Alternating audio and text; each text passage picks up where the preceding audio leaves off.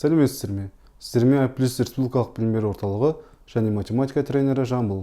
Сабақта бастамас бұрын алдыңғы сабақтың бақылау жұмысынан бірнеше есептерді талдап өтейік. 5-ші есеп. Бізде тікбұрыштың периметрі берілген 56 см және ұзындығы мен енінің арифметикалық ортасын табуымыз керек. Бізде арифметикалық ортасын табу үшін ұзындығы мен енін қосып, және олар 2 болғандықтан 2-ге бөлуіміз керек. Енді бұл жерде біз периметрді қолданайық.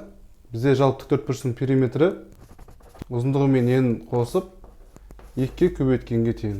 Ал ол бізде 56 болу керек. Ал енді ұзындығы мен енінің қосындысын табатын болсақ, көбейтіліп тұрған 2 ар жағына бөлініп кетеді. Сонда бізде ұзындығы мен енінің қосындысы 56 бөлінген 2. Яғни 28-ге тең екен.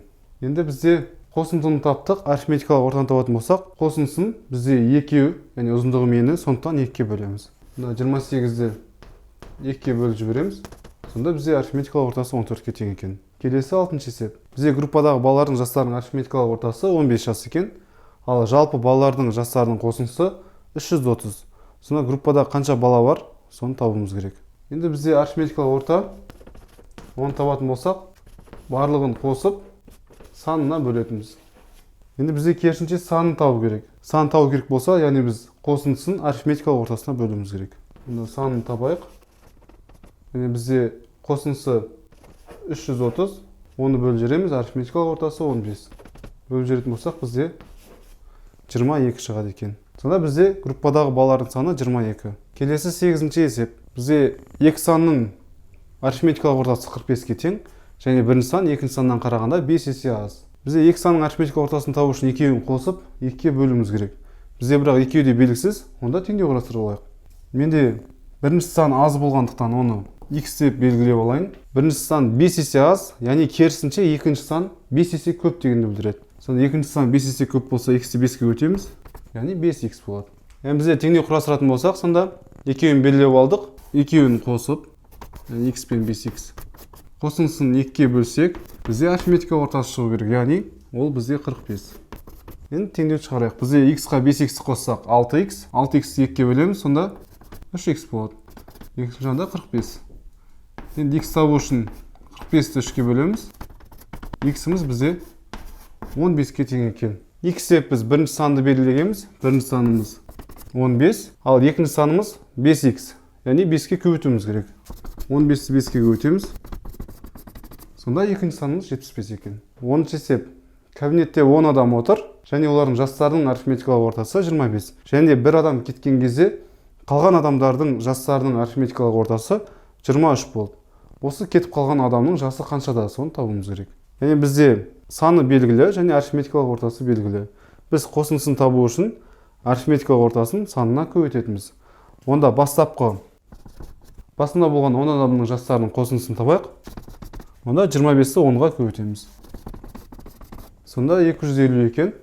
Ал енді бізде қалған 9 адам болатын. Сол 9 адамның жастарының қосындысын табамын. Ол үшін саны, яғни бізде 9. Оны көбейтемін, арифметикалық ортасы 23. Сонда 207 болады екен. Бізде, яғни басында 10 адамның жастарының қосындысы 250, қалған 9 адам жастарының қосындысы 207. Кетіп қалған адамның жасын табатын болсақ, 250-ден 207-ні алып тастаймыз. Сонда бізде кетіп қалған адам 43 жаста екен. Енді үй жұмысының бірнеше есептерін талдап өтейік.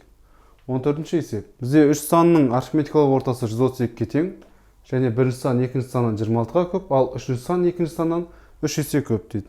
Осы 3 санды табуымыз керек. Біз үшеуін белгілеп алайық. Бізде ең кішісі екінші сан. Онда екінші санды x деп белгілеймін. Ал бірінші сан екінші саннан қарағанда 26-ға көп. Яғни x-қа 26-ны қосуымыз керек сонда. Ал үшінші сан 3 есе көп. Яғни x-қа 3-ті көбейтуіміз керек. Сонда 3x. Біз 3 санды да белгілеп алдық. Ал 3 санның арифметикалық ортасын табу үшін үшеуін қосып 3-ге бөлеміз. Сонда 132 шығу керек. Мен теңдеуімізді құрастырайық. 3 санды қостым. Енді осыны 3-ге бөлсем 132 шығу керек. Енді бұл жерде бөлініп тұрған 3 ар жағына көбейтіліп өтеді. Жақшаның ішіндегі x-терді біріктірейік. Бізде x қосылған x 2x, 2x-қа 3x қоссақ 5x болады. Және қасында 26 қосылып тұр. Ал бөлушті ар жағына көбейтетін болсақ, бізде 396 болады екен. Енді қосылған 26-ны ар жағына өткізіп жіберем, сонда ол азайтылып өтеді. Яғни 5x-іміз тең 396-тан 26-ны алып тастасақ, 370 қалады. Енді x табу үшін 370-ті 5-ке бөліп жібереміз. Сонда x-іміз біздің 74 шығады екен. X дегеніміз ол бізде екінші сан. Енді бірінші сан табатын болсақ, бізде 74 қосылған 26. Сонда 100 шығады екен. Ол бірінші санымыз. Енді үшінші сан табатын болсақ, бізде 3 есе көп, яғни 3-ке көбейтілу керек. 74 3-ке көбейтеміз. Сонда 222 екен. Ол бізде үшінші сан. Келесі 19-шы есеп. Бізде алғашқы 4 сағатта 30 бөлшек жасады. Келесі 4 сағатта 20 бөлшектен жасады сағатына. Және барлығы қанша сағат жұмыс істеді? Барлығы қанша бөлшек жасалды? Және орташа есеппен сағатына қанша бөлшек жасалды? Соны табуымыз керек. Бірінші барлығы қанша сағат жұмыс істеген табатын болсақ, бізде алғашында 4 сағат, және келесіде тағы 4 сағат істеді.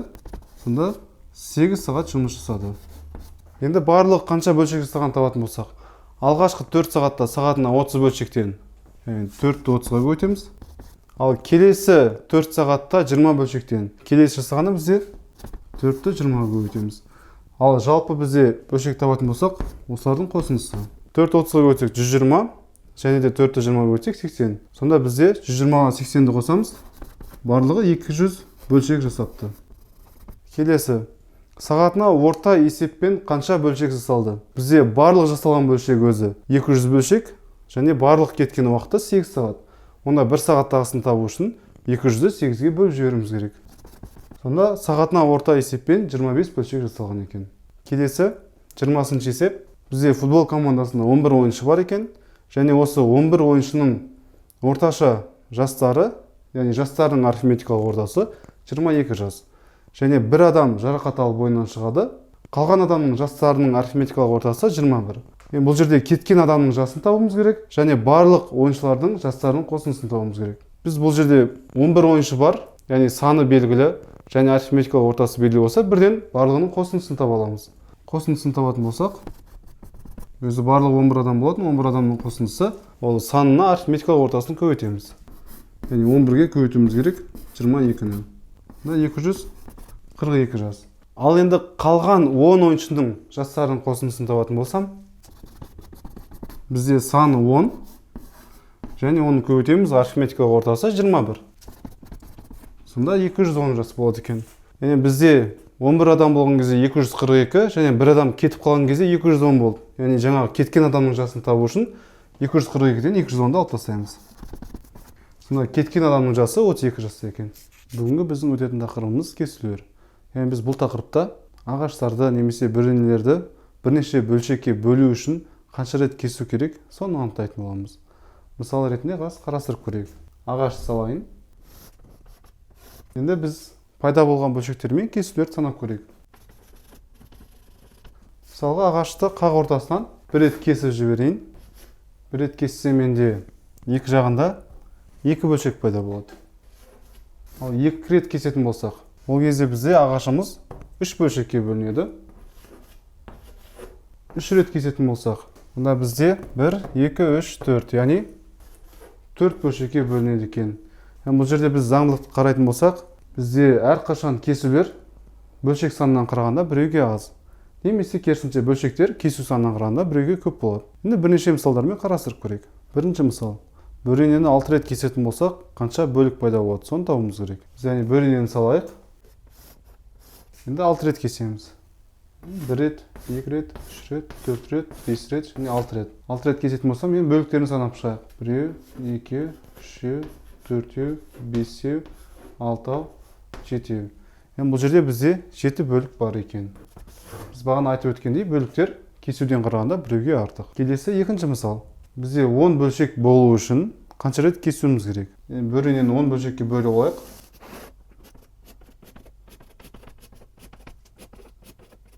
Он бөлшек пайда болды. Енді кесулерді санап шығайық. Сонда бізде 1 рет кестік, 2 рет, 3, 4, 5, 6, 7, 8, 9. Яғни 10 бөлік пайда болу үшін біз 9 рет кесуіміз керек екен. Яғни бізде кесулер біреуге аз болу керек. Үшінші мысал. 5 метрлік бөренені, яғни әрбір бөлшегі 20 сантиметрден болатын айғып бірнеше бөлшектерге бөлдік. Енді осы бөлшектерге бөлу үшін қанша рет кесуіміз керек? Соны табуымыз керек. Яғни бізде 20 сантиметрден болса, қанша бөлшек болады? Бірінші соны тауып алайық. Бізде 5 метріміз, әрбір метр ол 100 сантиметр, яғни 100-ге көбейтеміз. 500 сантиметр. Енді 500 сантиметрді 20 сантиметрлік қанша бөлшекке бөлуге болады? Соны тауып алайық. Яғни 500 сантиметр 20-ға бөліп жіберемін. Сонда менде 25 бөлшек шығады. 25 бөлшек бар. Яғни бізде кесу саны әрқашан біреуге аз болу керек. Сонда 25 бөлшек пайда болу үшін 24 рет кесуіміз керек. Келесі төртінші мысал. Әрбір екі кесу үшін 4 минут керек. Және де бізде 3-10 метрлік бөрене бар. Әрқайсысы 2 метрлік бөлшектен шығару үшін барлық бөренені кесуге қанша уақыт керек? Соны табуымыз керек. Бұл жерде бізде 3 бөрене бар. Және де әрқайсысы 10 метрден. Ал бізге 2 метрлік керек. Яғни бір бөренеден қанша бөлшек шығады? Соны тауып алайық. 10-ды 2-ге бөліп жібереміз. Сонда 5 бөлшектен әрқайсында 5 бөлшектен, мысалы бір бөренеде 5 бөлшек, екіншісінде 5-еу, үшіншісінде 5-5-тен. Енді жалпы кесу санын санайтын болсақ, бізде бір бөренені кесу үшін біз 4 рет кестік. Әрқайсына 4-4-тен, сонда 3 бөренеге бізде 12 кесу керек екен. Енді бізде 12 кесуге кететін уақыт таппас бұрын, бір кесуге кететін уақыт тауып алайық. Бізде 2 кесу 4 минут болса, бір кесу бізде осының жартысы, яғни 2 минут болу керек. Сонда 12 кесу әрқайсынан 2 минуттан кететін болса, бізде жалпы 3 бөренені кесіп бітіру үшін 24 минут керек екен. Енді келесі есептерді видеоны паузаға қоя отырып, өз беттеріңізбен шығарып көріңіздер. Бірінші есеп. Бізде бірнеше кесу жасалған және кесулердің саны ең кіші екі таңбалы санға тең дейді. Ал бізде ең кіші екі таңбалы сан ол 10. Енді осы кесуден қанша бөлік пайда болды? Сан табуымыз керек. Бізде бөліктер саны кесудің санынан қарағанда әрқашанда біреуге артық болу керек. Сонда бізде кесуіміз 10 болса, бөліктеріміз одан біреуге артық, яғни 11 болу керек. Екінші есеп. 4 метрлік бөренені 10 сантиметрлік бөліктерге бөлді, және осы бөлу үшін бізде қанша рет кесу керек? Соны табамыз. Бізде 4 метрлік бөрене, ал кесіп жатқанымыз 10 сантиметр. Онда 4 метрді бірінші сантиметрге айландырып алайық. Әр метрде 100 сантиметрден болатын болса, 4 метрде бізде 400 сантиметр. Енді бөліктердің санын табу үшін бізде әрқайсысы 10 сантиметрден болатын болса, 10-ға бөліп жібереміз. 410-ға бөлсек, 40 бөлік пайда болады екен.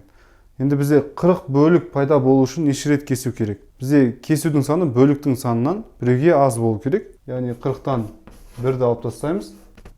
39 рет бізде кесуіміз керек екен. Келесі, үшінші есеп. Бізде бөліктердің саны 13, және осы 13 бөлікке бөлу үшін 10 минут қажет. Бір рет кесу үшін қанша минут керек? Соны табуымыз керек. Бөліктердің саны 13 болса, бізде кесудің санын табатын болсақ, кесу біреуге аз болу керек.